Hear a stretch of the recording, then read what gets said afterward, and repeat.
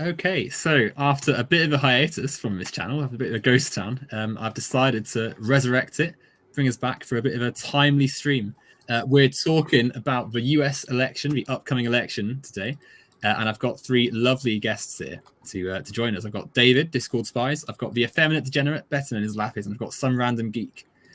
All four of us are fairly politically left-wing, but to varying degrees. And as you can imagine, there's different perspectives that we bring to sort of the major event on the horizon, the US election.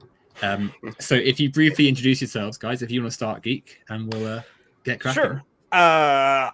Yeah, what the hell is this person that McDonald's has brought on this channel? Some random geek? What?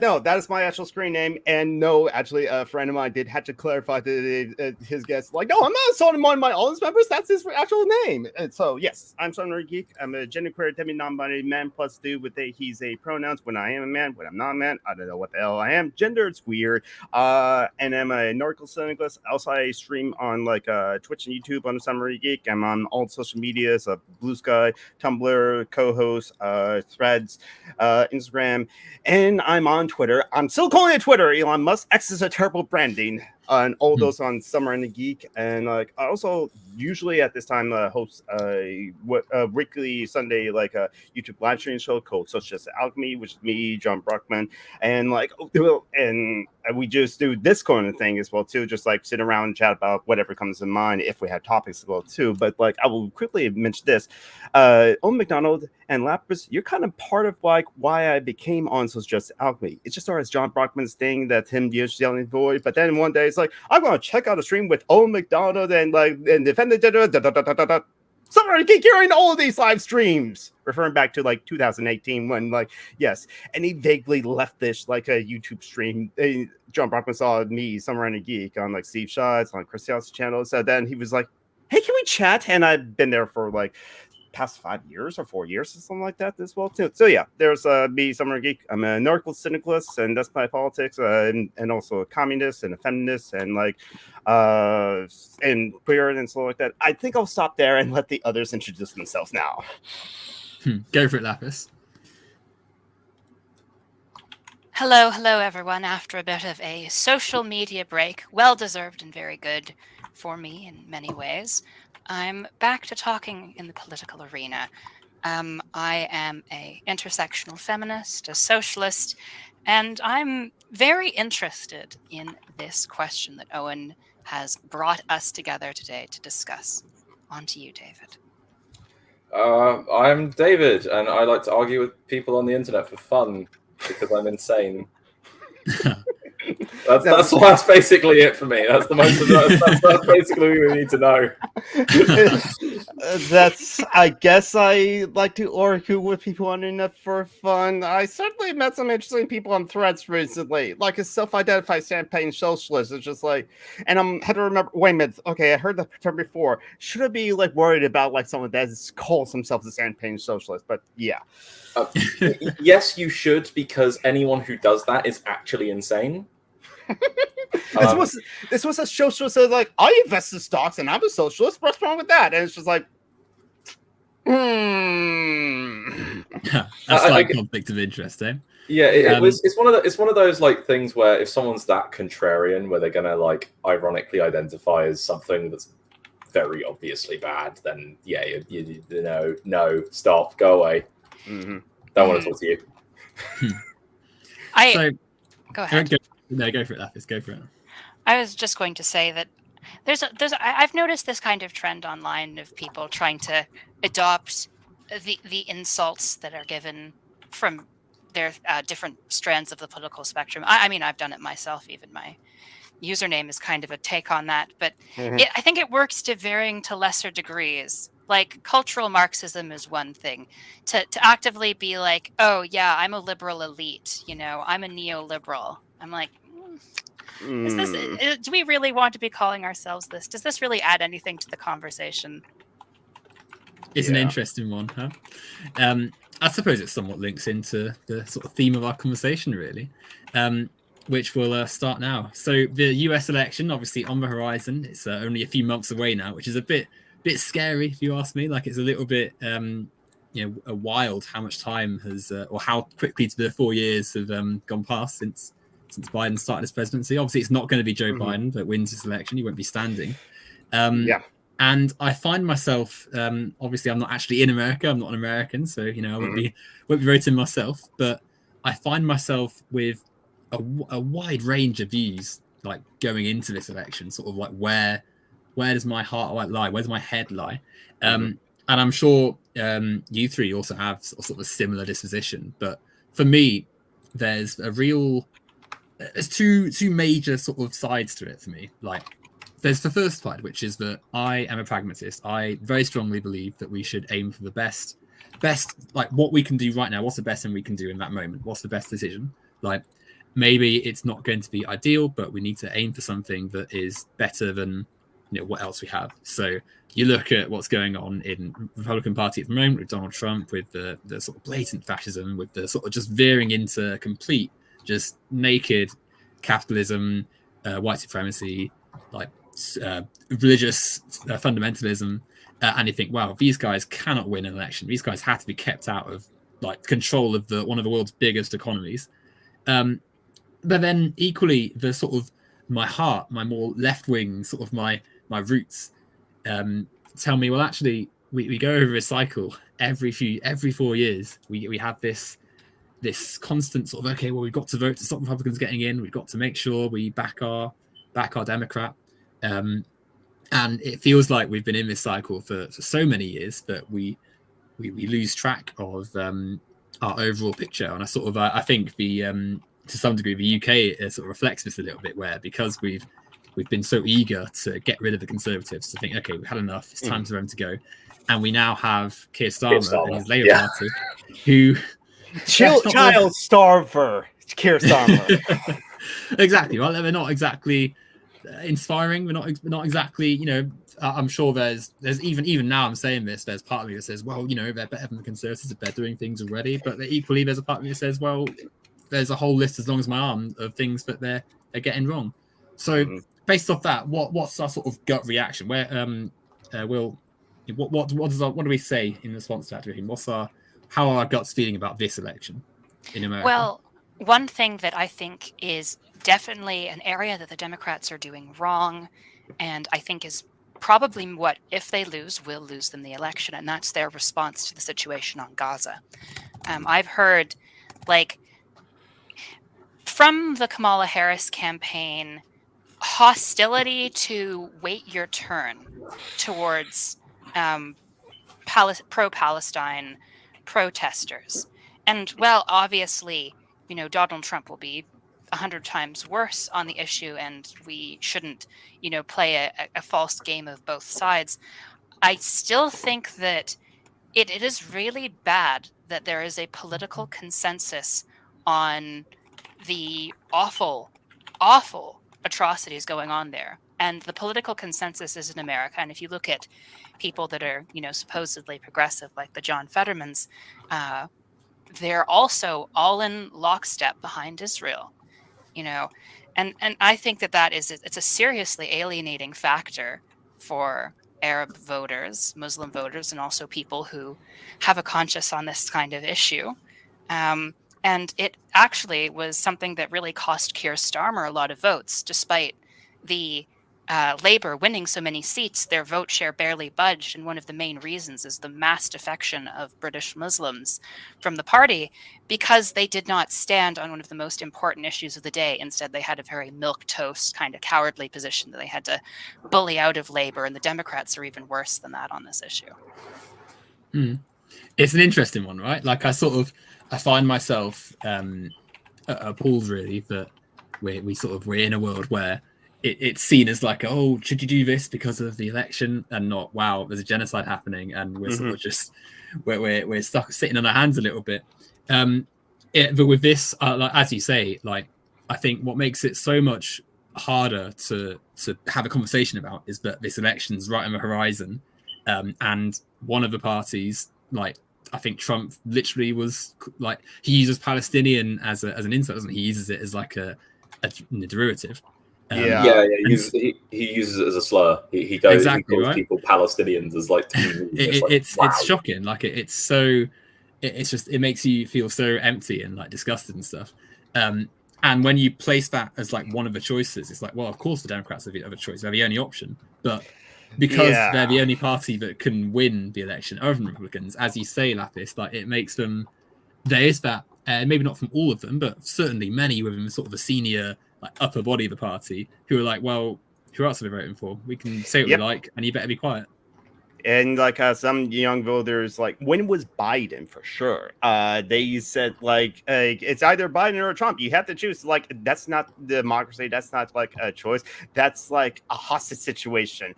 Now I think, but the thing is like. Yeah, it would have been a long slog and like a whole conversation, and I would hear it from like liberals. It will browbeat anyone. And no, I like back in the summer, I kind of asked my friend Steve Shives, liberal, if like he makes several videos about voting, and no one constantly talks about it, and like but it's kind of like even if it's Biden, we still have to vote because what other choice did we have? And I said, so are you going to like actually also ask Palestinian people, some of which might have family members dying right now in the genocide, to vote for Biden in November? And he said yes. And it's like, now it's interesting with Kamala Harris. It's kind of like. Yeah, I agree with Lapis. There's still that like that energy, that vibe of like for the Palestinian protesters the protesters against the Palestinian genocide of like wait your turn and that sort of thing too. And I think she's going to carefully play the game of like, well, one thing, I don't know what her policies are directly, but like any good politician. And hello, Sherratt, in the live chat right now.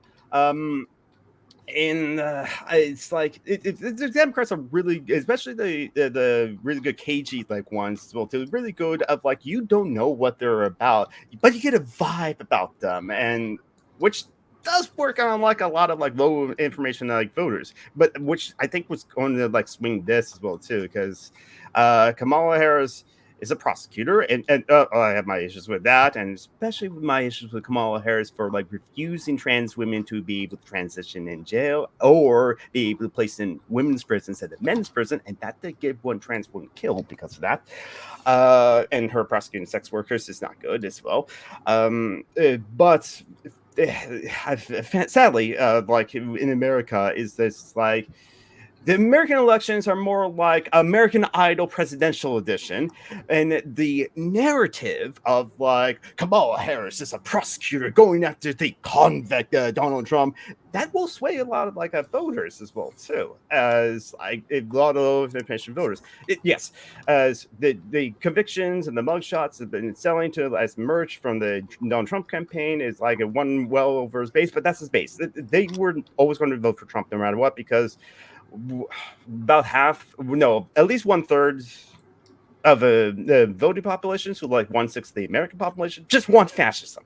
Just absolutely want fascism. Maybe they'll actually call right out say, no, I want fascism. But most of them will say, I want law and order. So they'll always be there. The question is like, will now I'm like more hopeful with Kamala Harris because the thing about like with 2008, a lot of people did vote for Barack Obama. He won Florida, and like, oh yeah, that's the thing when we talk about the American election system when it comes to presidents. It's like it is first past the post, winner take all in like all other races for like Senate and like Congress and like local offices and governors as well too. But for the president, is not does not determine who's the winner. It's the electoral college, and so it's like your votes only really matter in the battleground states as well too. Anyone that's contestable within like 5 points, and so like, but back to like what I was saying about Barack Obama, a lot of people did vote for Barack Obama in 2008 to make history as it were too. We did also got swept up with the like hope and change and yes we can, something like that. Again, vibe sort of thing too. Even though like when I remember back to the 2008 like the debate between him and John McCain, no, foreign policy wise, Obama was going to be like more strict than like John McCain and George W. Bush that came before him. And with the drone strike policies, it's like, yeah, the more things change, they stay the same with foreign policy, and that's going to be remain the same as well too, including like Gaza as well too. But like I think a lot of people are going to vote for Kamala Harris now because they want to make history and vote for the first black woman president, first women president, first black women president, first South Asian president as well too. And with that said, like I am very anti-electoralism, or at least I give off that vibe. It's like I honestly, as an anarchist and narco-syndicalist, I just wish that like voting did not suck up all this like conversation and discourse politically. I wish with how much liberals talk about like voting and get out to vote, Pokemon go to the polls or anything like that. I wish they can also, in that same breath or like with same energy, talk about doing praxis, doing mutual aid, work with your local Food Not Bombs or other organizations that are fitting on house votes, or helping unhoused people, or helping people at the border as well too. But nope. So, like when the college encampments, like protests like happening, there were some liberals saying to those like Palestinian protesters, "But you're going to vote in November, right? That was in June and July. The election is like 6 months away. We haven't even had the DNC yet, which is happening this week." And it's just like voting to like liberals is almost like a religion to them. And so it's like every 4 years, just like every 4 years there's the Olympics, there's every 4 years the like presidential elections. So I suppose it touches on that theme, doesn't it? The importance of voting versus the importance of everything else, because you've got the like, as you say, the array of issues that are there. You know, the fact that so much more could be done beyond just the day you vote and the 4 years later when you vote. And certainly you look at what's happening in, as we mentioned right at the start, when Lapis said about Gaza and Palestine, like there's such a major, an event that affects the whole world, because this is an atrocity that's happening right now. And when you're met with, oh, go and vote, it feels, you know, it's awful, right? The fact to the extent of it. But to put the foot on the other shoe for a second, to play almost devil's advocate, to even sort of touch on some of that pragmatism that is a horrible thing to have to say in response to it. The fact that if people don't vote for Kamala Harris and the Democrat ticket, the Republican one's going to win, and then the consequence of Republicans in charge of those electoral officers, those fiscal officers, sorry, is even more ramped up version of what we're seeing already.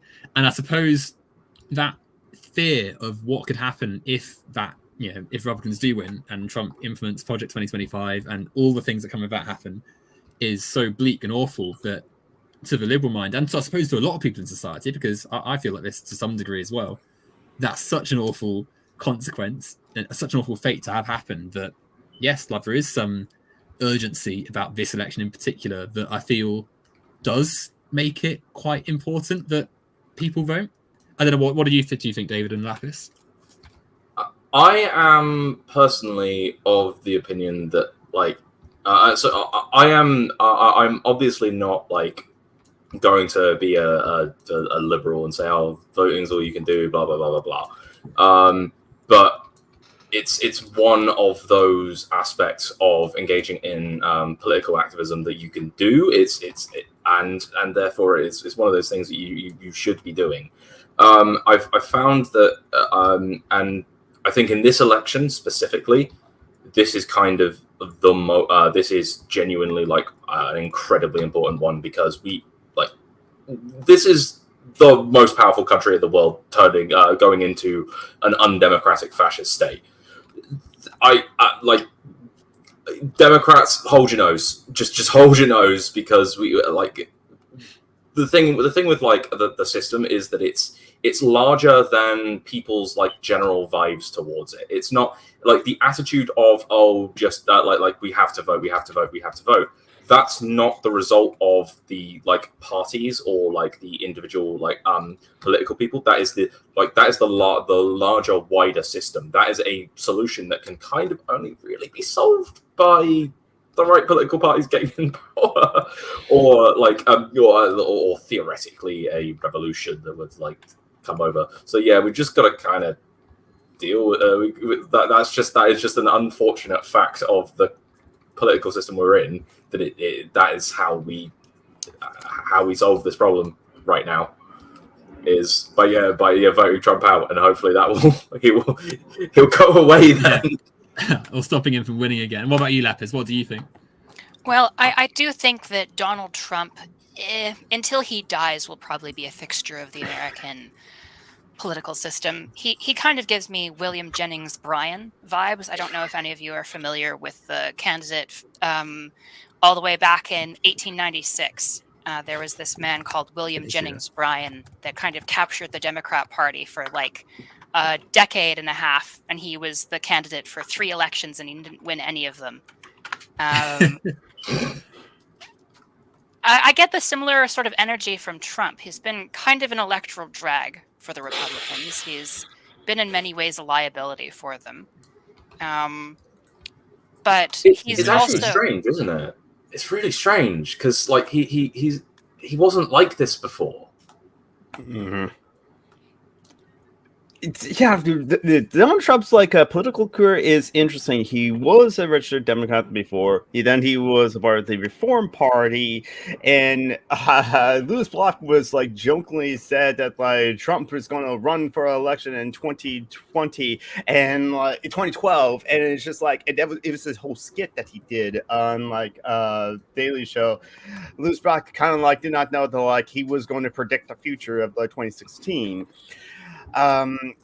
But like, so yeah, it is like liberals and Sherratt said liberals is almost like no change by people, only change through the president. If the president doesn't change things for the better, it's your fault. Unfortunately, no, I have like friends that like did not vote for Hillary Clinton in 2016. Like a mutual friend of ours, Owen Phoenix, did not vote for Hillary Clinton in 2016 because of the super predators, like thing she said in the 90s, and plus like Phoenix is in like Maryland, super blue states as well too. So that's the kind of thing where it's just like does your vote matter? And it kind of really only does in like certain states, unfortunately, for the president. All the votes down the ballot can't matter because like there's ballot initiatives as well that's ruled, so you can actually directly change the laws in the United States. In some states with ballot initiatives. So it's like, and Robert Evans on It Could Happen Here has mentioned that like he knows that like his audience, because he's an anarchist and the hosts are also anarchists. And you get a lot of like radical leftists, like audience as well too, and some of them are pretty like anti-electoralism. But Robin mentions how it's like, okay, if like one thing you should vote on is the judges, because in the U.S. and the local jurisdictions, the federal judges are appointed by the Senate, and unfortunately, Mitch McConnell like held thousands of seats and allowed like Trump and the Republican Party to just like put in so many like judges that like some of which are not qualified for their positions, and yet they're in positions now. But like how to turn all that back, and not including the 3 appointees he got on the Supreme Court. So now it's like 6-3, a majority of conservatives. Actually, okay, so those outside like most things. Yeah, most Americans would call the Republican Party and like Republicans and like the 6 judges on the Supreme Court as conservatives. I call them fascists because like this point, the Republican Party is really a fascist party, and that's a problem with like the U.S. system as well as the duopoly. And that's because of the first past the post, winner take all. It just like forces there to only be 2 viable political parties for most offices across the nation and for the national offices. You can probably get like a socialist on like city council, and generally by the city council socialists in Seattle, the rest of the city council and the mayor probably will just like fight against you. And you can get some socialist mayors like in Milwaukee 3 times. But like as Bernie Sanders being an independent senator is like the exception that proves the rule. You have to be a Republican or a Democrat to be like elected to office as well too. And damn, I forgot where I was like going with all that. Well, I lost the train of thought. Hello, Kirok. It's a good point, right? Like you've got this huge juggernaut of a political opponent in Republicans who have every body they control in political theatre is geared towards making money for their corporate donors and lobbyists, trying to eradicate as many civil liberties and freedoms as the average person can enjoy. I mean, you look at some of the laws that get passed in deep red states, and they're the most hideous things you've ever seen, right? Like a tax on bodily autonomy, a tax on like basic labor rights, obviously LGBT plus tax. There's like 38 states that where if you're transgender, you're pretty much banned. It's ridiculous, right? Like even like basic franchise. Like you look at states where voting stations are shut down, voter ID laws come in, and voter registration law, and it's just evidently they're unfit for purpose. They're a party basically just interested in making themselves much richer than everyone else, and there's little comparison to the Democrats there. But I want to come back to what you said, David, and what you said, Lapis, about the Democrats sort of having to, well, more you said actually, David, about having to sort of hold the nose and deal with it, and sort of just put up with it for a bit longer, and try and sort of just see it through. And there's part of me that really agrees with that, right? Like ultimately, it's one day you vote for whatever annoyances you have with the Democrat Party. You've stopped Republicans from winning, but at the same time, there's a wider, like you said, Lapis, about the Democrat Party, and there's sort of some of the more arrogant quarters of that party that know that this is the arrangement, that know that there is a legitimate reason to fear the Republican Party, and so use that to almost coast a little bit. And I'm not talking about the you look at some of the states that have flipped blue and great things happen there. Absolutely, I'd rather live in Minnesota or Arizona or New Mexico than I would Alabama, Tennessee, Mississippi, where you have some of the worst living conditions in the developed world.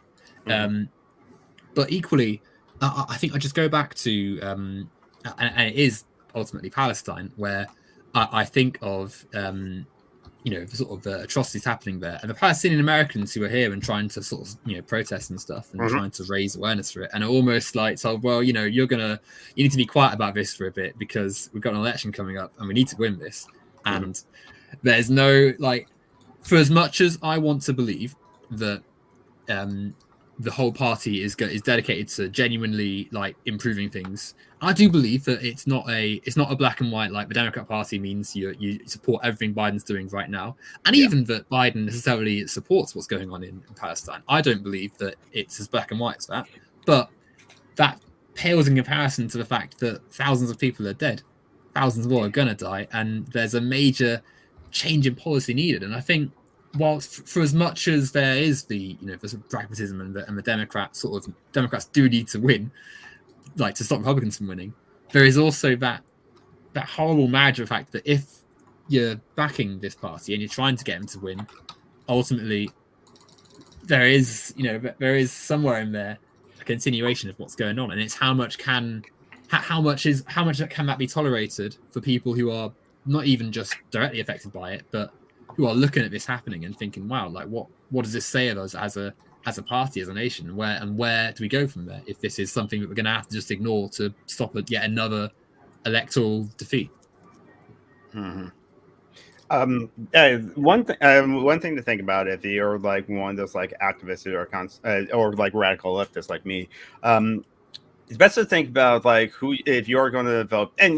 And voting should only take 10 minutes of like one day of the year, and as well too, and you have so much energy to talk about that. But yet in other states, it is actually difficult to vote as well too. Usually red states, they make it as difficult as possible for people to vote, and some people are just directly disenfranchised for like being indigenous, like in South Dakota or other places. But like, so if you are voting, you got to think of like who do you want your opponent to be in the office that because you're still going to like protest the office against like genocide in Palestine, or like the situation at the border that did not change for any better really under like Biden, because like Biden just called the wall the barrier, and like he still kept around the like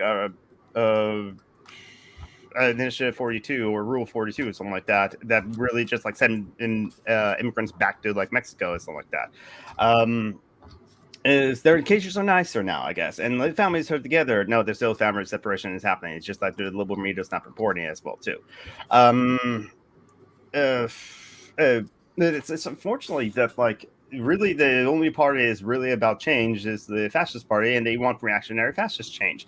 The Democrat Party, especially by the leadership, is like no change kind of party, just maintain the status quo. And now, granted, like some of the things that like Tim Walz like signed into law in like Minnesota, it sounds great and all too, and like I understand why Tim Walz do that. I think Knapp here did a good episode on like social democracy and how they use the state to like maintain their control and so on. Yeah, they'll do the breakfast programs, the lunch programs for kids, something like that. But they will also like order the National Guard to like go through your streets when there's much rioting happening, like in Minnesota. Now, Tim Walz did that. I don't blame Tim Walz too much for doing that. Any governor would do that. I bet maybe even Justice Bonaventura could have like called the National Guard, and like. There's also the environmental issues of like Tim Walz. Like I don't know how much I think he did approve the Ender's Line 3 pipeline that's going through like indigenous lands and puncture some aquifers as well too. But it's like the fact that like Tim Walz is kind of the best we can like get. Maybe it's more of an I don't know. Then again, I have high standards as well too as a person.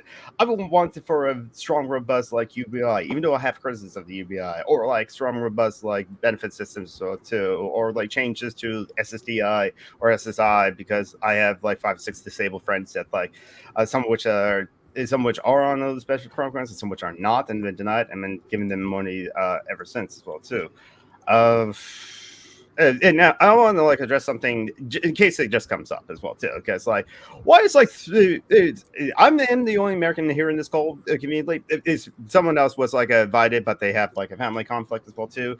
Why is like 2 British people, like a Canadian, like discussing American elections? So it's because, and yeah, Owen and David can like confirm this, probably Lapis too. Basically, USA's foreign policy becomes the UK's foreign policy, definitely with the Labour Party, and probably Canadians' foreign policy too. And fortunately, with how like if you're the president of the United States, you are the leader of the free world. No, that policy in like in the USA does like trickle out to like the rest of the world, sadly, because of like our influence over the world. Is that influence just? Oh no, it is not. I will say that, but like that's why I think it's like I have no problem with like foreigners or like people outside the USA discussing US politics as well too. I just like bringing that up in case anyone like says that as well too. I have some liberal friends that say, well, you're not in this country, so like shut up as well too. But no. The results of the election does affect others in the world, like Palestine, for example. And so I think there is like a conversation to be had about like how this is like one of the most important elections in U.S. history. And yes, I agree. Like Sherratt said, like USA helps Israel commit genocide. Absolutely, not gonna like dispute that at all. So then, it's a good point. It's a very good point, actually, because you've even got two dichotomous ideas.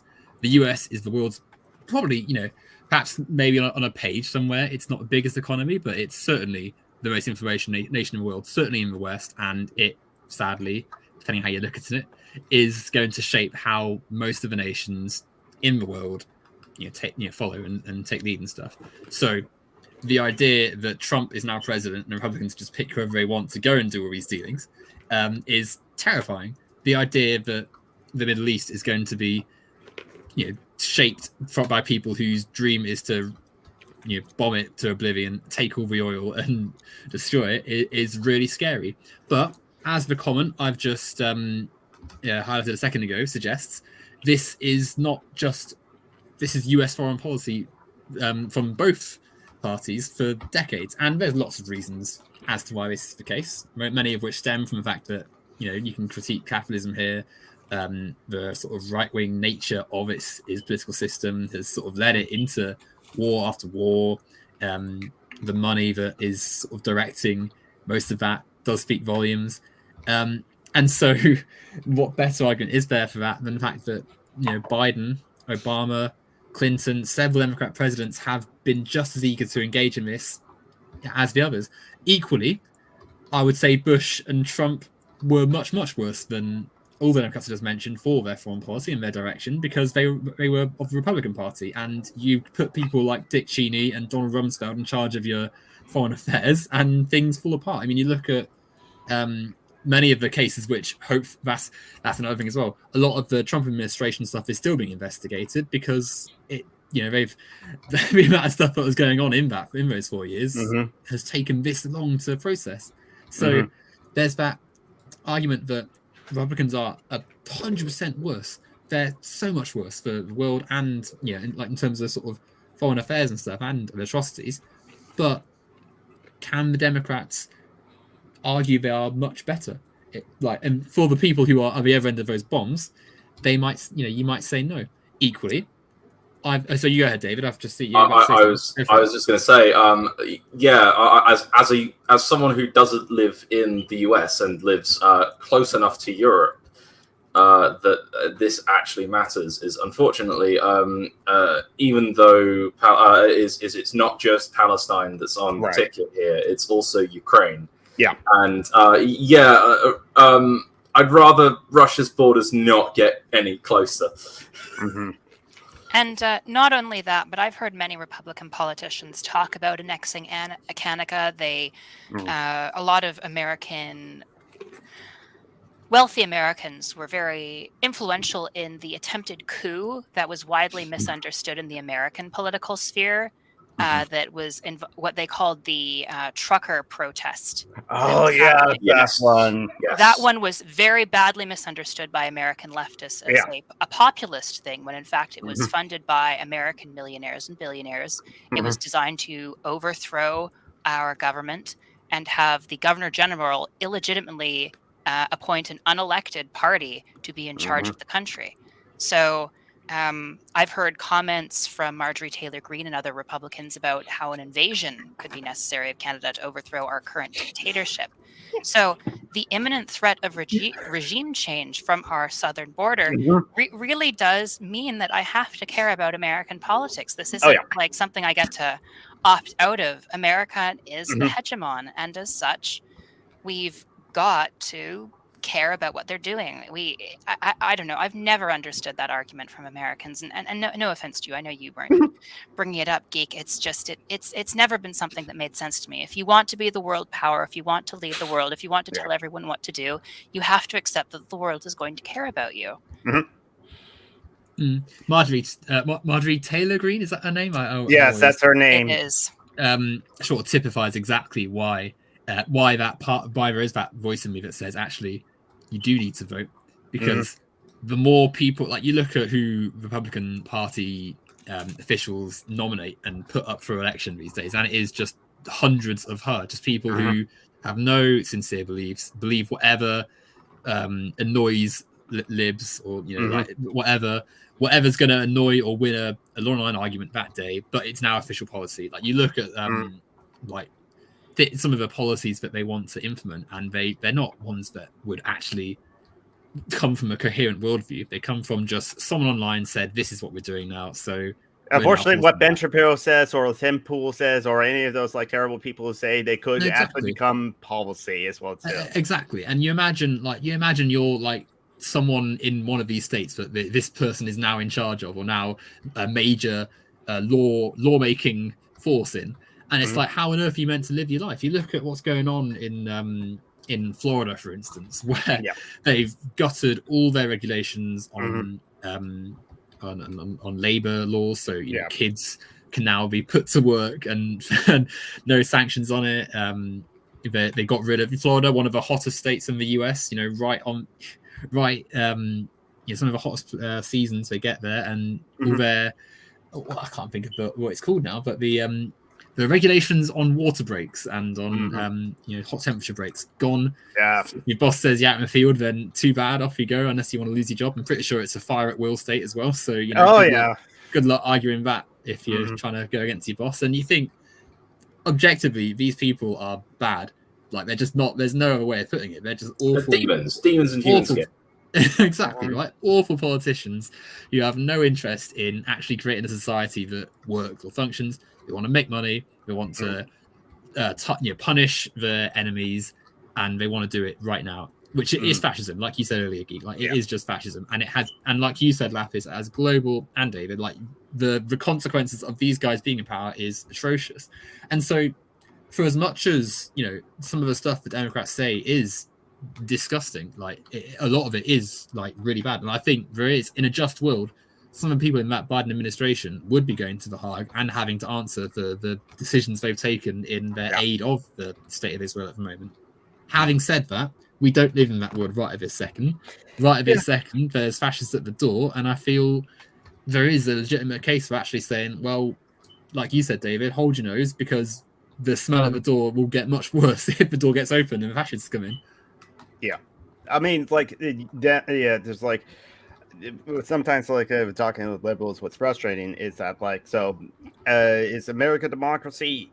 On a sliding scale, maybe America's more democratic than dictatorship, which is a low bar still. But like when you think of like how the House of Representatives is proportional, where like Wyoming has less than 1 million or less than 100,000 built population, so it has only one congressperson, but it has 2 senators, and yet like every state has 2 senators, even California with 40 million people, and like Montana with like a couple million. And like the Electoral College is not democratic at all. But like how to change that system is a great question. I have heard liberals say, listen, in order to change the Electoral College, it has to be a constitutional amendment. How to do a constitutional amendment is 2/3 of this House and Senate has to ratify it, I think. I could be correct on this. And for sure, 2/3 of states have to like do their own constitutional amendments, assemblies to ratify that. And then then it goes to the president. That's for like and finally vetoed it as well too. So there's all of those checks and balances, but like at every single process as well too. It's like it takes like one state or one person to stop that from happening, unfortunately. And because of like in order to change the Electoral College, you have to do a constitutional amendment. I have heard liberals said directly it is too hard to do, so might as well not do that. Which as a radical like a leftist frustrates me to hell, because like, well, is it too hard to fly? Was it too hard to go to the moon? Now granted, the reason why the USA went to the moon because like Russia was trying to go to the moon as well too, and they wanted like they didn't want to be like they want to be first there. They just like so like the only reason we went to the moon is because Russia was making so many advancements into the space race as well too, into like space, and so the only first that the USA had got was the moon, and that's it. And so that's kind of frustrates me. Now, granted, so yeah, how can we change the system? Well, we can't change the election system, the voting system as it is in 3 months. And so this is the system we have right now. And come November 5th, yes, it's the first Tuesday after the first Monday. November 5th, yeah. Yeah, it's always on the first Tuesday after the first Monday, which is why it never happens on the first, so it may happen on the second as well too. And it's only on Tuesday and not on Sunday. People who say it's off, and because the churches didn't want it to be on Sunday. And also when you explain like how we elect our presidents, it's like the parties do that in their own apparatuses, and the caucus is like, how the hell is that democratic? Try to explain how a caucus runs into someone outside of the United States, and they will go, how is that democratic? It's just the system we have. And so it's like we can't change the system within like 3 months, and so make your decision. I'm at the point is like that if you are going to vote, sure, go and vote. I wouldn't judge you for like voting or not voting. I would judge you if you vote for any of the Thuggins or fascists as well too. So definitely there's that.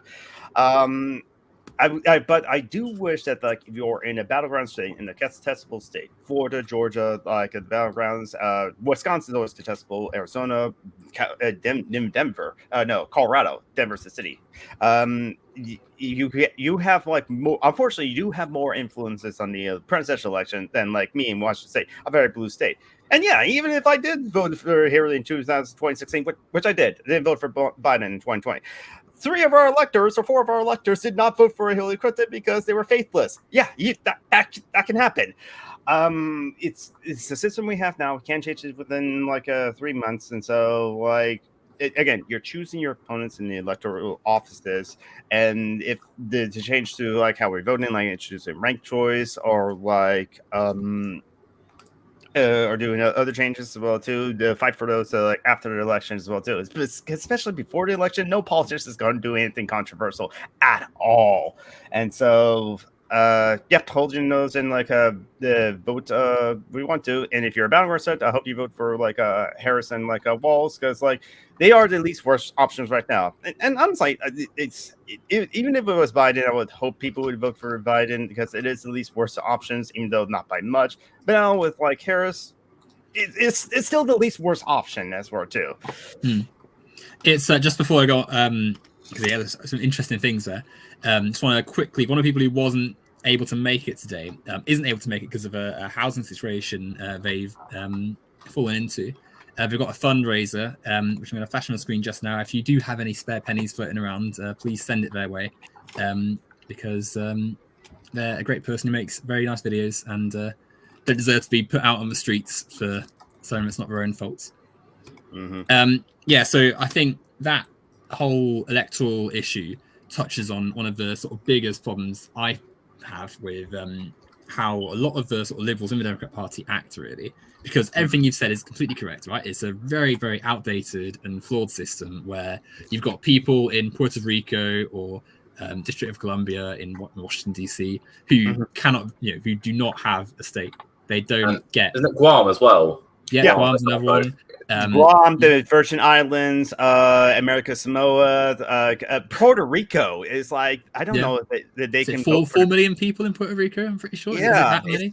Yes, it's a U.S. Commonwealth, but even when people say, "Oh, she immigrated from Puerto Rico," no. When someone comes from Puerto Rico and goes to like New York or Washington State, they didn't immigrate; they're a U.S. citizen. But like, it was just racism all the way down. Of course, with the U.S. history, it's racism all the way down, and white supremacy all the way down. That's why Guam and America Samoa are just territories. Like you've got all this, you've got all the convicted felons, many of whom are convicted of things that, shall we say, aren't exactly worthy of losing your right to vote in an election, losing your right to participate in democracy. You've got the atrocious way that the president is, Harris will probably win for popular vote, as every Democrat has done, apart from John Kerry, 2004, I think, the last time. And then obviously you've got 2 Clinton wins and a Al Gore failure, which itself was a bit controversial. But I'm sorry, I just interject. It's like that's what frustrates me about liberals. And I was like just in high school in 2000. It's like, oh god, I'm old. And I wasn't able to like vote in 2000, but yet I was like seeing the liberals. Wait a minute, you're just allowing the Supreme Court to decide our president, and you're okay with this? It's exactly like, right. You got the Supreme Court. You got. I heard that was. I heard that was bad, but like, exactly how did it go? Okay, well, here's the interesting thing. No, so like, is all the other like CNN, MSNBC, all the people that were reporting on the election night were predicting or making Florida blue for like Al Gore, how the numbers are going. It was only Fox News that said, no, we're going to predict that like George W. Bush is like it gets Florida as well too. Probably like first time in history that like Florida went red as well too, or in recent history at that point. And then there was a hanging chads, and the ballot in Florida was actually terrible. So a lot of people were mistakenly voting for Pat Buchanan. That's an interesting person. Again, just white supremacist. I'm going to call it that. A paleoconservative, if you know what that means as well, too. It's just like, and so like they're doing recounts. And Gore's lawyers kind of like, they did it bad, where it's like they only predicting like these very densely populated cities, counties as well. And again, in the cities, that's where most Democrats get their votes. He wanted to just recount those things. If Al Gore argued, or his lawyers argued to have a recount of the entire state, then he could have won. But also, what kind of like stopped the counts was a push that was like led by Roger Stone, another bastard. He has a tattoo on his back of Richard Nixon's face. No, seriously. So like Roger Stone kind of like led like almost like a beer hall push as well too, to like they again aggressively charging at like one of the voting stations during the recount, and that got to stop the recount. And that's when I got the case went brought up to like the Supreme Court, and it was a 5-4 decision. Thank you so very much, Anthony Scalia. His grave is a gender neutral bathroom, and that's how the Supreme Court decided that it's George W. Bush is going to be the president as well too, if I remember correctly. Again, I was in high school, and there's a lot of history about that I was going to look up, but I think that's the gist of it. Oh, okay. And you've got it's rubbish. Exactly, that's a perfect word for it, right? Rubbish. You've got that. You've got every piece of evidence that shows that there's just not. This isn't a fair way of deciding who your president is, and actively Republicans are using this unfairness to make it more likely that they're going to win. They don't see it as part of democracy. They see it as a game. How do I win the game? By creating bad rules that help us win. And yet, still, one of the only real messages is vote. Is go and vote on this day, and then at least you voted. At least you did your duty. And for as much as it's true that yes, if you vote and the Democrats win, then you have stopped Republicans from getting into office, and Trump can't be president. But given the game is rigged, and you're not doing anything, despite the fact that Biden has been president for the last 4 years, Obama had 8, obviously with Trump in between. There is stuff that could have been done to make this election easier for the Democrats or not even easier for them to win, just fairer, because a lot of the issue would not matter as much if there was a better voting system in place, if there was a way for disenfranchised people to have an actual contribution to democracy. And I think the frustration is, for me, as someone looking at this from afar, and just looking at it's the same in the UK as well, to be fair, or similar, in that we don't have the best voting system, and we also don't have the best politicians to choose from.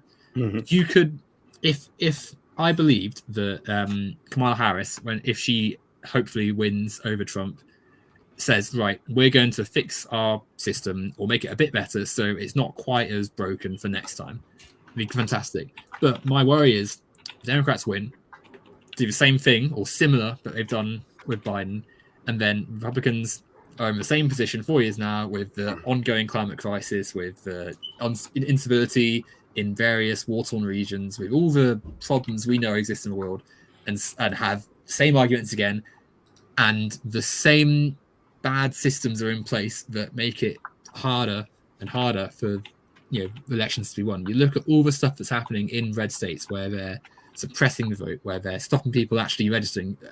Elon Musk was in trouble recently because he set up a website that did not, falsely claiming they'd register people to vote. Yeah. It was a fake register people to vote thing where he was like, oh yeah, here's that, here's how you register to vote, and then it didn't actually it sent some people to register if they weren't in battleground states, and if they were in battleground states, then it didn't register them and instead sent them just did a data gathering thing. It's that should be illegal. That should he should be in jail for that. And he's under investigation, which that's great, but if you wait too long, the investigation will drag on until after Trump maybe wins and says, well, don't need to investigate this, and then what happens? It's staggering. It's like if you played a game of football with someone and halfway through it's like, oh, actually I'm 5-0 up, and then you just played from there onwards. It's like, what are you doing? You can't play under those conditions. And the Democrat. Oh, sorry, go for it, Lapis. Go for it. What it reminds me of is Lucy Lucy with the removing football. the football every time just before Charlie Brown's about to kick. It very much is. The rules are whatever we make them.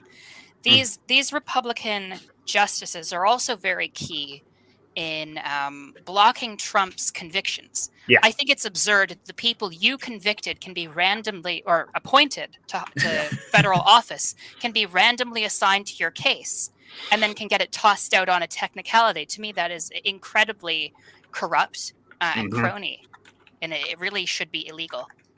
Yeah. fingers. And yes, no, Donald Trump did get convicted of 34 counts in New York for like falsifying business transactions in the hush money case to like pay hush money to Stormy Daniels. And like, so how is a convict able to run for the president of the United States? It's because the Constitution says you have to be a naturally born citizen and live in the USA in the past 7 years and be 35 or older. Honestly, that's it. Eugene Debs ran from jail in 1912 or something like that for president of the United States and got 4 million votes. He was never going to win, not because he was in jail, but because he was a socialist. But yeah, so I guess like strangely enough, I'm like being like pro voting as well too. When like sometimes I'm in liberal spaces, I always say voting doesn't matter, or have that urge in my head as well too. But yeah, I guess that's one thing. It's an argument to vote as well too, because like think about like the rhetoric that like the fascists, the Republican Party are like doing. They're sometimes going hard, or some of them really going hard in the anti-trans stuff and the culture war things. Because what do the Republican Party have to offer as like policies? Nothing. One thing is that like my friend Jan Brockman, hostess was just out me, would say is that like, and he said this on like Facebook, if you voted for the Republican Party since 1968, you were voting for the white supremacist party. But if you were still voting for the Republican Party from 2016 onward, you're doing so knowingly that they're the white supremacist party. That's the thing that Republicans have always done. And the reason why they were always the white supremacist party since 1968 when Barry Goldwater did his Southern strategy of like using euphemisms when he's saying, no, I'm pro-education, but he couch it as states' rights as well too. That's when the white flight, like the Democrats became firmly the like party for everyone else is non-white or not white supremacists, and then like the Republicans got all the white supremacists as well too. And they've been that party as events. But how is it like Richard Nixon? Definitely for sure, white supremacist, absolutely. He did a whole war on drugs things who jailed like hippies and like people of color so that like they wouldn't vote for a Democrat as well too. And that's the whole reason he did that, as well as many other reasons. The reason, but like Richard Nixon still did some good things. He created the EPA, Environmental Protection Agency. Oh yeah, there's some criticisms I have about that, but like the fact he created that as like something is like a good thing because he was a white supremacist president, and the Republicans are the white supremacist party, but he did that in benefit of white people. And that's the change from the Republican Party then to like now. Before, they would do things for white people. Sometimes it benefited like non-white people with like the APA and something like that. But now, the Republican Party is like, they will not do anything that would benefit non-white people or non-cis people or non-straight people and so on and so forth. And so unfortunately, it's important to at least vote against the Republicans as it is now, because to prove to them that their strategy of like going hard on the culture war things, going hard on like they're teaching critical race theory in elementary school, going hard on like banning books as well too, or like saying that like Kamala Harris is just a DDI hire or something like that, diversity inclusion and stuff like that. They're using that as the dog whistle now instead of like complaining about critical race theory. Again, or woke culture. Remember, when everyone is complaining about woke culture, DDI hire, or like critical race theory, it's all because they can't use the racial epithet of N-word lover anymore. So it's important to like vote them out so that hopefully they now know that like that's not a winning strategy, and maybe the Republican Party will change. I still doubt it, but like it's important to know no, that's not a winning strategy. And also reproductive rights. It is the Democrats for. I would love if they could do more to secure reproductive rights, though. But like the Republican Party for sure are actively trying to prevent reproductive rights. But it also has been shown that like when it's actually put on like ballots, even in like red states as well, they'll vote to enshrine reproductive rights. So maybe there's a ballot initiative in your state as well too for like ensuring reproductive rights as well too, like rights to abortion and stuff like that. So again, another reason to vote as well too. But yeah, I'll stop there and let the others like jump in on any of that.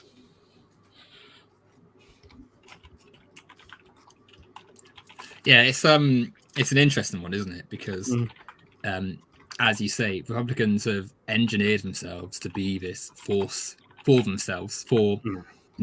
Whilst of course they would never say, yes, we have a party that favors cis-het white men who are wealthy. Ultimately, that's who their policies are engineered towards. The worldview that favors that group and people who also support favoring that group. So, of course, you've got Marjorie Taylor Greene, who obviously isn't a man, but they still espouse the same sort of fascist worldview that puts that group on top, right? Yeah.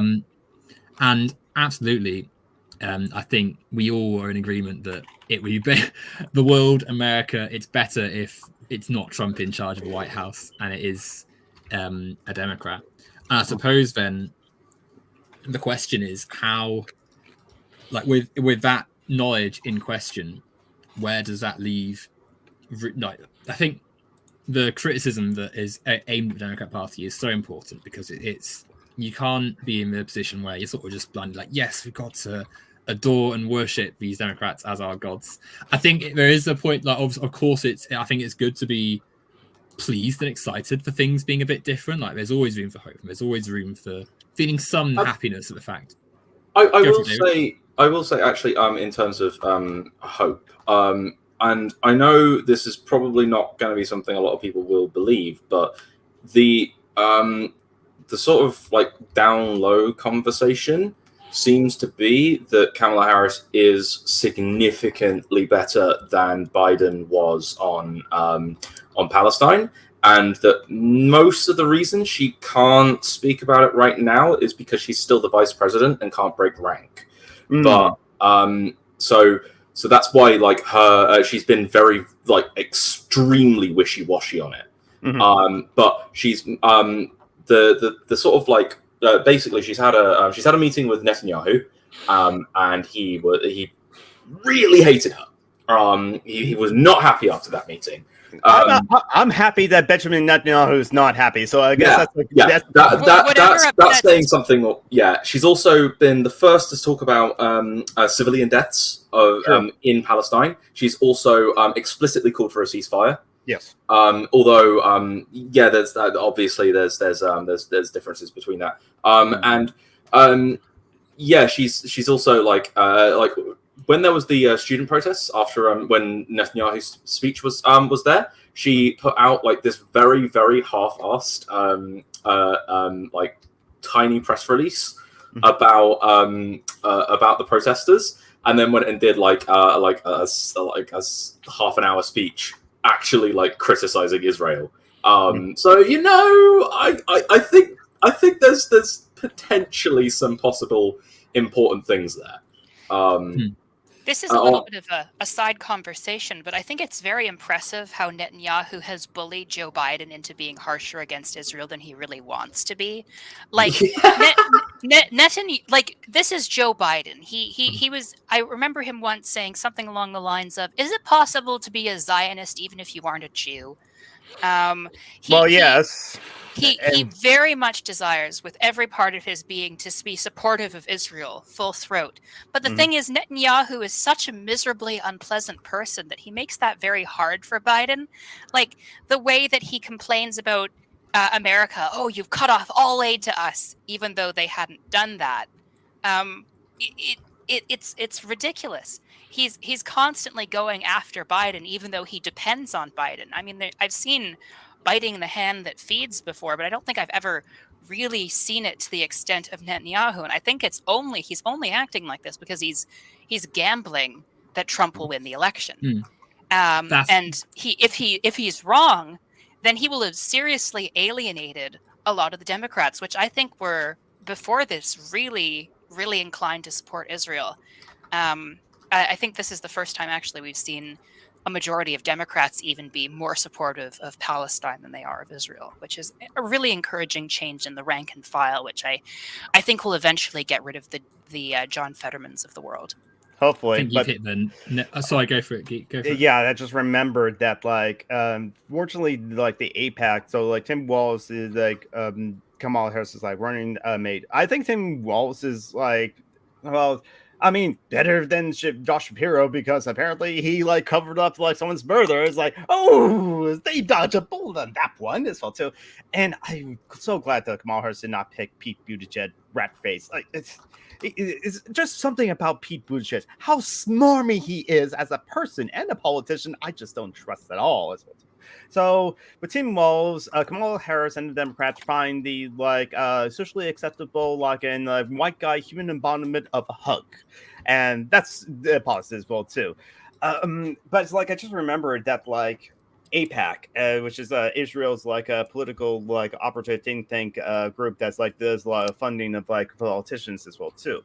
Tim Walz, no, he did that for the DNRA. He was pro gun in some regards, but after the Las Vegas shooting, that's one where 60 people killed at a music concert and for 300 was injured. I forgot what year it is because unfortunately there's been so many mass shootings in the USA.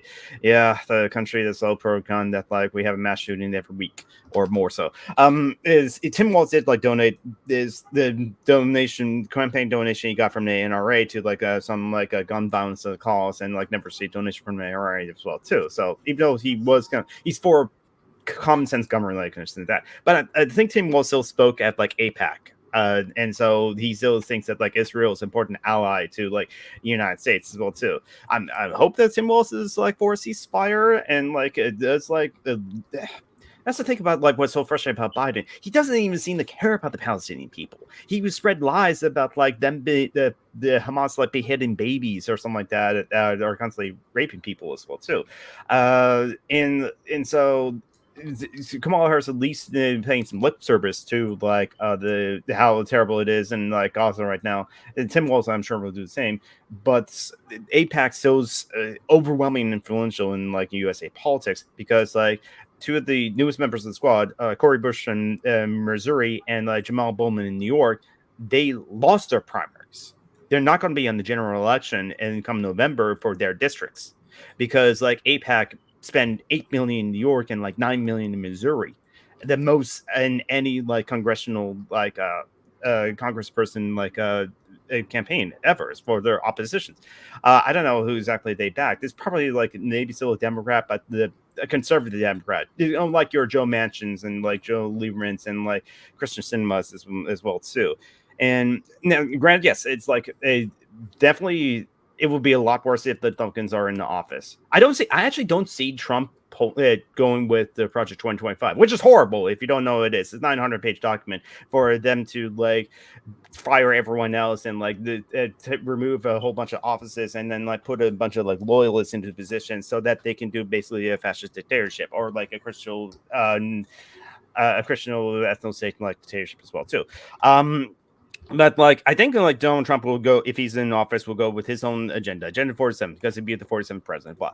And it could happen here. It covered what is in Agenda 47. It's pretty much just Project 2025, but worse. Donald Trump doesn't want to do a plan that he's not a part of. He didn't sign off on it.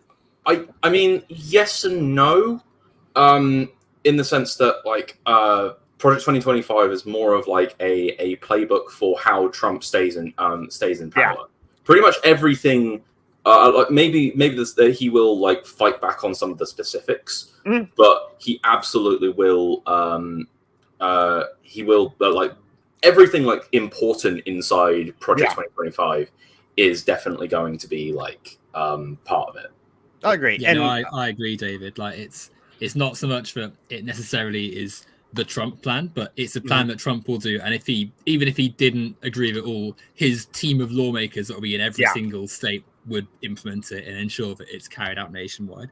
I think, Lapis, you put the nail on the head a second ago when you said that Netanyahu is now betting on, or crossing his fingers that Trump and Republicans are the ones in charge come 2025, because he knows that not only firstly, Biden, I don't think is. I think the Democrats know at this point that it sounds like rubbish saying Israel have gone too far, because obviously going too far was all the stuff that happened in the Middle East for years and years and years. It's not as though this recent conflict is the only thing that's happened. There's tons of stuff that's happened, but they know that the state of that things have got to now is absolutely, they've blown it in a way. They've not. they're not going to have the support they once had from the US state infrastructure, which is a staggering thing to say because Israel and the US are long-term allies. They've been the two in that region for decades. But you've got that contrasted with Kamala Harris, who, as you said, David, has shown more support. Not support's the wrong word. Shown more sympathy and lenience towards the previously untouchable Palestinian movement and Palestinian rights and Palestinian just recognition than many a Democrat has in many years. Certainly, I couldn't imagine Joe Biden in 2020 or 2019 saying, "Oh, well, we're going to look towards ceasefire" in sort of terms that are not as favorable for hardline Israel government officials. And also, you've got that contrasted with the idea of hope that we were talking about.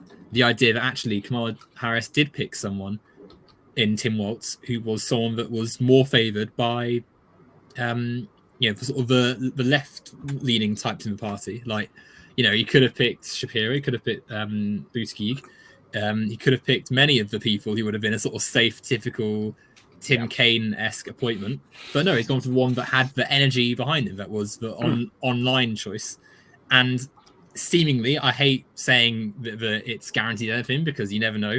But it's a little toss-up, honestly. It seems to have added, helped out at the polls. It seems to have made things a bit more likely.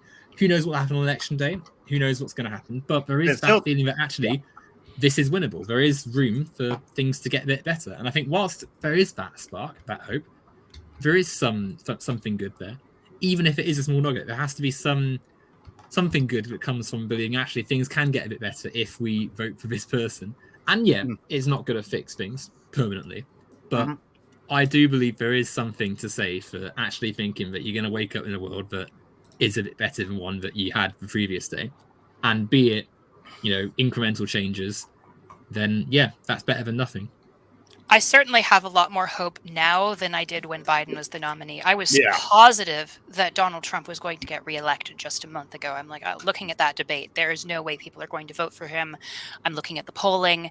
I'm looking at the messaging. I'm looking at how much of a unprecedented boon the assassination attempt was for Donald Trump, the way all of that was handled. Honestly, this is a little bit conspiratorial, but the way that it seemed set up, it made it almost seem like, wow, this went so perfectly for Trump. It almost felt engineered.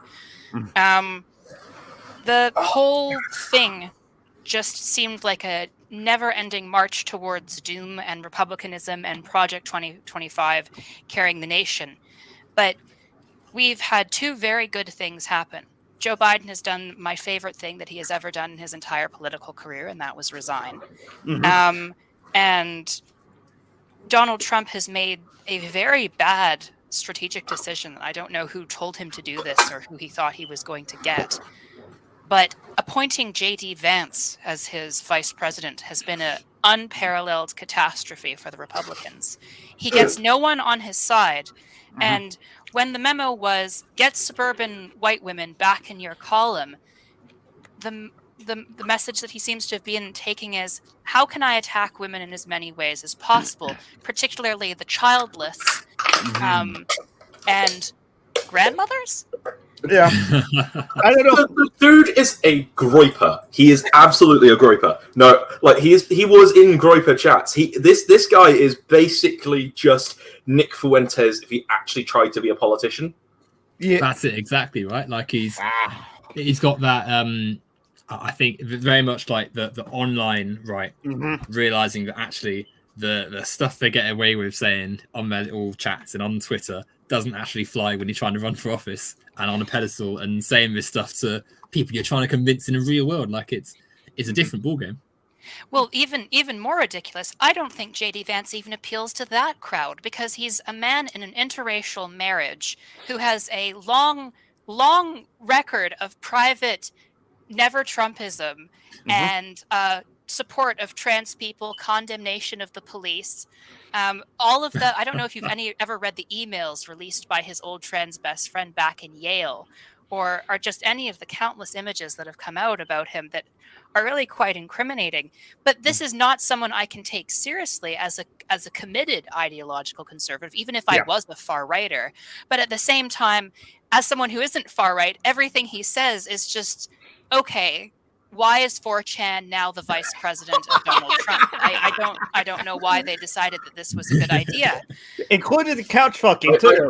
I genuinely think basically what happened is that when Trump was in power, I remember a friend of mine he joked that the YouTube comment section is now running the country, and like. Yeah, I think it was when Trump started suggesting nuking hurricanes. Yeah, YouTube comment section running the country. And now it very much appears that the sequel to that is would be it would be 4chan running the country instead. Because there is a non-zero chance if Trump were to win. Like, he's not he's not a spring chicken. You know, he could die in office, and then we would have President J.D. Vance. President Vance. Yet, like, I remember one thing is I remember talking to some of my coworkers where I just hope that someone like actually shot him, and like, no, I don't want that, because like, even if like someone did shot and killed like the Donald Trump, he'd be a martyr, and that will energize his base and the far right, as we saw after his assassination attempt, and also during his presidency. Then we'll get like President like Mike Pence.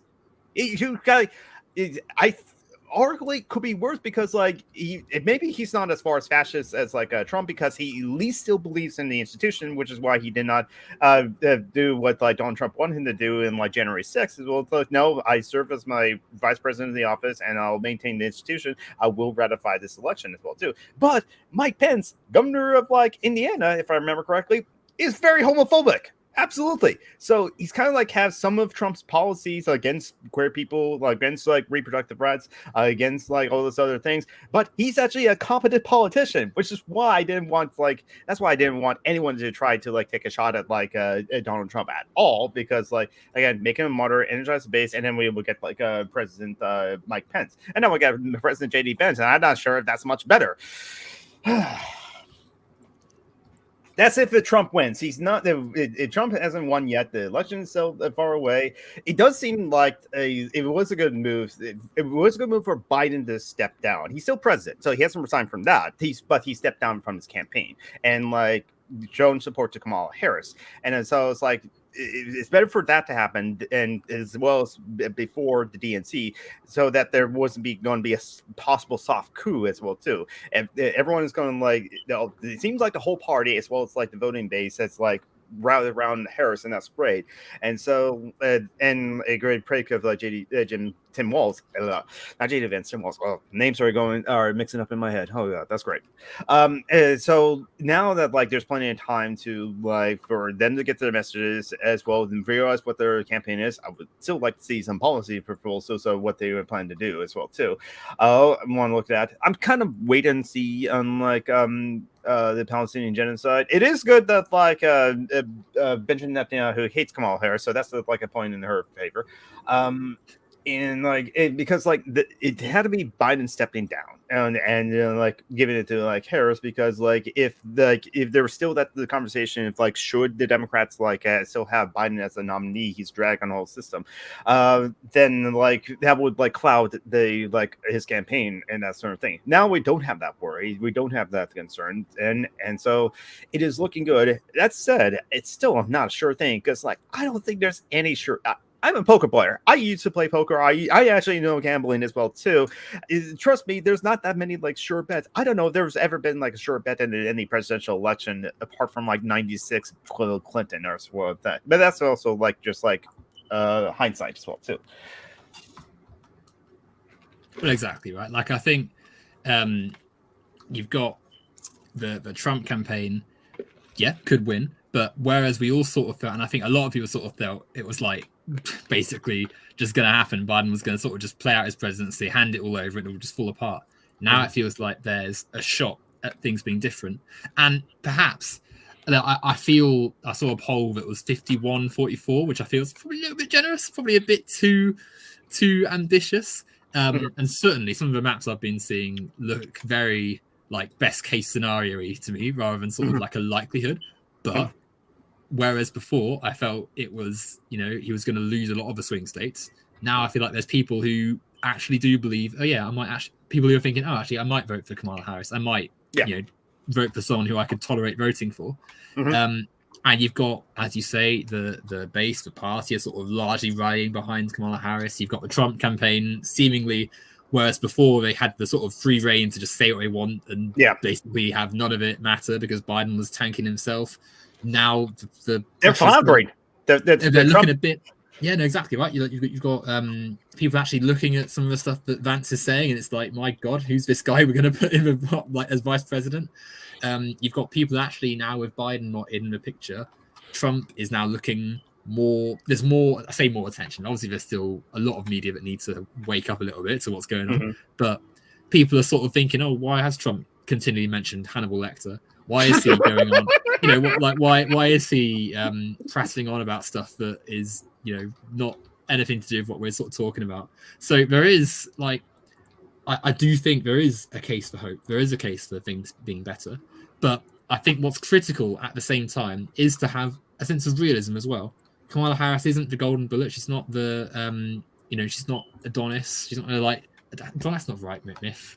She's not, I cannot think. She's not going to save the world. She's not. She's not. Thank you. Very right. You saved me, David. Thank you. Exactly. Right. Like, there's no magic bullet here. Like, the road to recovery is going to take a lot more than just winning one election.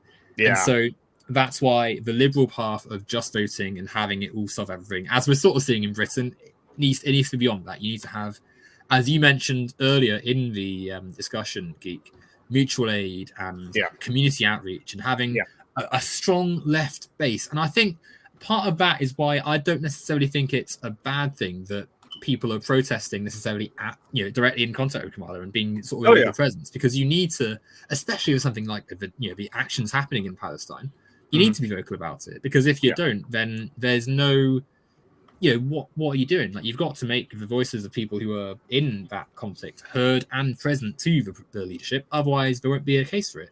Would Kamala Harris be taking the sort of stance she is and being more open to talks of ceasefire, that if the protesters hadn't been saying anything, if there wasn't constant pressure from left-wing people to make that an issue, if left-wing voices hadn't been active and present campaigners in many blue states like Minnesota, would you have free school meals or protections for abortion or sanctuary states passed for LGBT people fleeing Republican states? Like, there is so much you can do if you make your voice heard, and that makes it more likely that the voting for Democrat will actually manifest to something. And it's not going to instantly turn America into a left-wing paradise. No. Every choice counts. And I think that is something else. I read recently a fantastic book about slavery in America. It's called For Half Has Never Been Told. And it's by a man called Edward Baptist. It's about the construction of American capitalism through slavery. And at numerous points in this book, because it's not a very pleasant read, like it's interesting, but obviously you're reading about slavery, so there's a lot of unpleasant stuff that happens in it. And you find yourself thinking, how on earth could anyone participate? How could black people, just keep on going? But it was the idea that, I think one of the themes is that the idea that you could get to a point, if you kept on pushing, if you kept on believing in your people and in the survival, and the idea that things could one day be better if you just kept on going, that there'd be a world in the future that you could build towards. And you imagine you go from 1860 or whenever to when slaves were still, and then 100 years later, equal franchise, equal voting, all the Civil Rights Act, and now you say a word like I can't even say it myself. Miscegenation. Thank you, David. See, that's about I can't even say it myself. Most people probably don't know what that means. That shows you how far things have come from then. So if that can be achieved in a few generations, what can happen if the Republican Party are beaten and eventually dismantled? Like, there's a positive future somewhere through this, so we're going to keep on striving for it. We're coming up to 90 minutes of stream time, so I reckon we'll try and head to a conclusion in the next 7 or so minutes. If there's a sort of direction any of us want to take it for the last little bit, then I think say now. So we are we again, it's for like activists that are trying to like fight against like the oppressions of like white supremacy, ancestral patriarchy, ableism, colonialism, imperialism as well too. There are some issues that like cannot be resolved with the ballot box. Immigration is just going to be a hard fought thing because like the Democrats don't care about like immigration, and because the majority of like Americans don't care about immigration as well too. Foreign policy again is just like you can't change that as well too. But for like other things that matter, reproductive rights and like rights for LGBTQIA plus people as well too, it's the reason why we voted for Biden in 2020 is to breathe a sigh of relief. It's like, at least we're not having a fascist that's running the country. Now, I think like Benjamin Dixon on his show did say like after seeing some of the policies that Biden was doing or what he wasn't doing or what wasn't getting passed, it's kind of like, well, we have to like fight just as hard as like against Biden and against like as we did against Trump. And I think some of that is true for like Kamala Harris. Well, I'm a radical like leftist. I want like so many different like things. I have high standards, and I understand that like not a lot of that is going to come from voting. Voting is harm reduction, but it's important to do that harm reduction so that like we're not fighting so much against the system. We'll still have to fight against the system as well too, but it might be like easier to do so if like the party that's in power more or less is kind of like closer to where you are as opposed to like fascist as well too. So it's important for that sort of thing too. I kind of wish that like more liberals would be more active in politics and like doing mutual aid in other things like that. And after elections, unfortunately, I kind of see liberals get comfortable. And like Mark Hamill, he said that like I wish we could go back to never talking about like politics. But again, I never seen like Mark Hamill as like a great activist anyway too. Good actor though, but like yeah. But like so, it is important. If you are planning to like vote, I'm not going to spend so much time trying to convince someone who's like not planning to vote. Like, unfortunately, my friend Phoenix is not planning to vote. That's because right now, you don't know, Phoenix is in a really horrible situation. They got plenty of bills piling up. They have Section 8, thankfully, but they don't have like were denied SSI, and they lost their temporary disability assistance program as well too, and so they kind of see that like the Democrats are not going to help them, so why bother voting? I'm not going to spend time and energy trying to convince Phoenix to vote, and I think that's a waste of time. If you want to do that, just go out to vote. The canvas for politicians, the as Tip O'Neill would say, the political is local is political. That's where like more significant change can like happen. And again, if you vote for your judges as well too, if you're somehow you or someone else got arrested at a protest for Trump up charges because you're protesting, you have a better chance that the judge that you're sitting in front of for your trial is not a complete jerk. So there's some usefulness in vote there, but it's like hopefully it only takes 10 minutes, and hopefully it was only on like one day of the year, and so do that. Don't forget the down balance and things. It's so that we can have an easier time on the other practices of helping unhoused folks, on helping like feed people, on mutual aid and that sort of thing. It's easy. We're trying to have at least again breathe a sigh of relief as well too. Exactly. Yeah. Nice closing thoughts. What do you think, Lapis and David? What are your thoughts to end this nice little chat? I think my thoughts are that basically that there's probably a little more hope here than we thought, yeah, the doom and gloom of mid 2024 is gone, and I think there's at the very least when it comes to Harris is there's definitely some improvements on the horizon, and with and it's let's just hope that we don't have to deal with Donald Trump again, because that's good. He can't win. He just genuinely can't win. Yeah, they never say never. We thought that in 2016, honestly. Well, no, as in he shouldn't win. It can't, as in that sense. Like, Yeah, Project I know he very 2021. much could. He very much Yeah. could. There's so many ways they could mess this up. Mhm. Go on, Lapis. I think my last message is don't be complacent. Don't assume that this current news, good news, a month is a long time in politics. Things could turn around very quickly, negatively against Kamala, even though things seem to be riding up so well in August. I believe that keeping up the pressure on politics, no matter whether they're left pretending or right pretending, is important. Never stop fighting for the things that you believe in, but bit by bit, we are building a better world, and I have faith in that. Exactly. Sound words. Well, thank you so much, Geek, Lapis, and David, for joining me. It's been a pleasure chatting with you all. Thanks to the audience for listening in. If anyone is in the audience and wants to come on one of these streams at some point, please let me know. Please put in the comments. I'm more than happy. It's an open channel. There's no standards really to what I want on this channel. Essentially, if you've got a voice, then I want to hear it. No, Owen McDonald will talk to anyone. Look at the past live streams that Owen McDonald has done in his channel. Yes, he will talk to anyone, for better or worse. I'm like, God, some of the people you talk to. Well, exactly. Anyhow, thanks for listening, everyone, and take care. Bye-bye. Bye.